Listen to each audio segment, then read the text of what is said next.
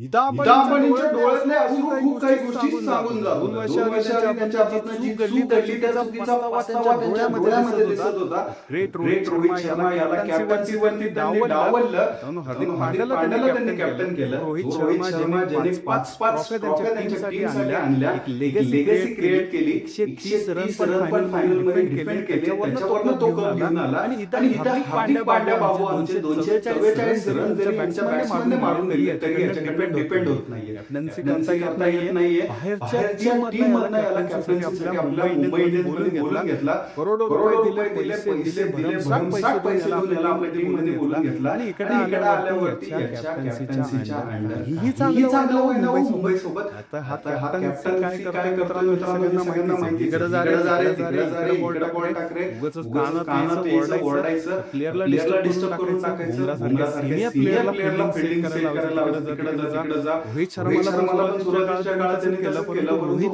शर्माला पण त्यांनी बाहेर स्टँडमध्ये बसवलं. या या गोष्टीचं वाईट वाटतंच कुठंतरी. आणि हार्दिक पांड्याचा डाऊनफॉल इथंच चालू झाला. कॅप्टन्सी चांगली होत नाहीये त्याच्याकडनं. मित्रांनो सगळ्यात महत्त्वाचं म्हणजे प्लेयर म्हणून जरी चांगले असाल तरी देखील तुमची कॅप्टन्सी खूप डिफरंट असते कॅप्टन्सी आणि प्लेअरिंगमध्ये. विराट कोहली पण खूप मोठा प्लेयर आहे, परंतु त्याची कॅप्टन्सी अजिबात चांगली नव्हती. त्याच्या अंडर एकही ट्रॉफी इंडिया पण जिंकू शकलं नाही, आरसीबी टीम पण जिंकू शकली नाही. एवढं वर्ष आरसीबीचा कॅप्टन होता विराट कोहली, तरी देखील आरसीबी जिंकू शकली. परंतु मित्रांनो आरसीबीने विराट कोहलीला टीमच्या बाहेर ठेवलं नाही, कारण तो मॅजिकल प्लेयर आहे. कधी चालणार त्यांना माहिती आहे. कॅप्टन्सी जरी होत नसली तरी रजत पाटीदार कॅप्टन्सी करतोय, विराट कोहली मोकळेपणाने खेळतोय, परंतु रोहित शर्माच्या बाबतीत नाही. रोहित शर्माला स्टँडमध्ये बसवलं जाते, इंजुरीचं कारण दिलं जातं, टीमच्या बाहेर केलं जाते, अशा न्यूज येतात.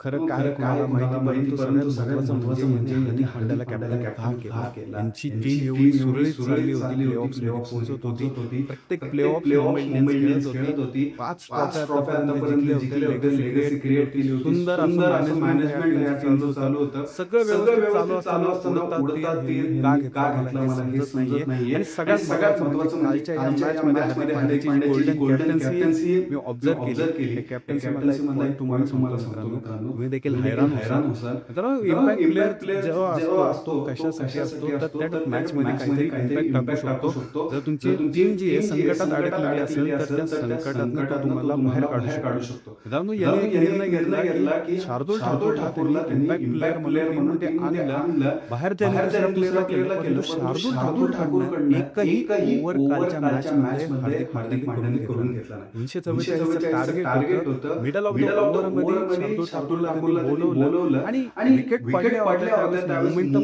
कुठेतरी शिफ्ट झाला होता. त्यावेळेस त्याच्या हातात जर बॉल दिला असता, 1-2 ओव्हर त्यांनी काढल्या असत्या, तर त्यामध्ये कुठेतरी विकेट भेटायचे चान्सेस होते. परंतु हार्दिक पांड्याने केलं नाही मित्रांनो. सगळ्यात महत्त्वाचा मुद्दा इथं उपस्थित होता, त्याला जर खेळवायचं होतं, त्याला ओव्हरच द्यायची नव्हती, तर त्याला टीममध्ये घेतलं का? शार्दूल ठाकूर मित्रांनो साधा प्लेयर नाहीये.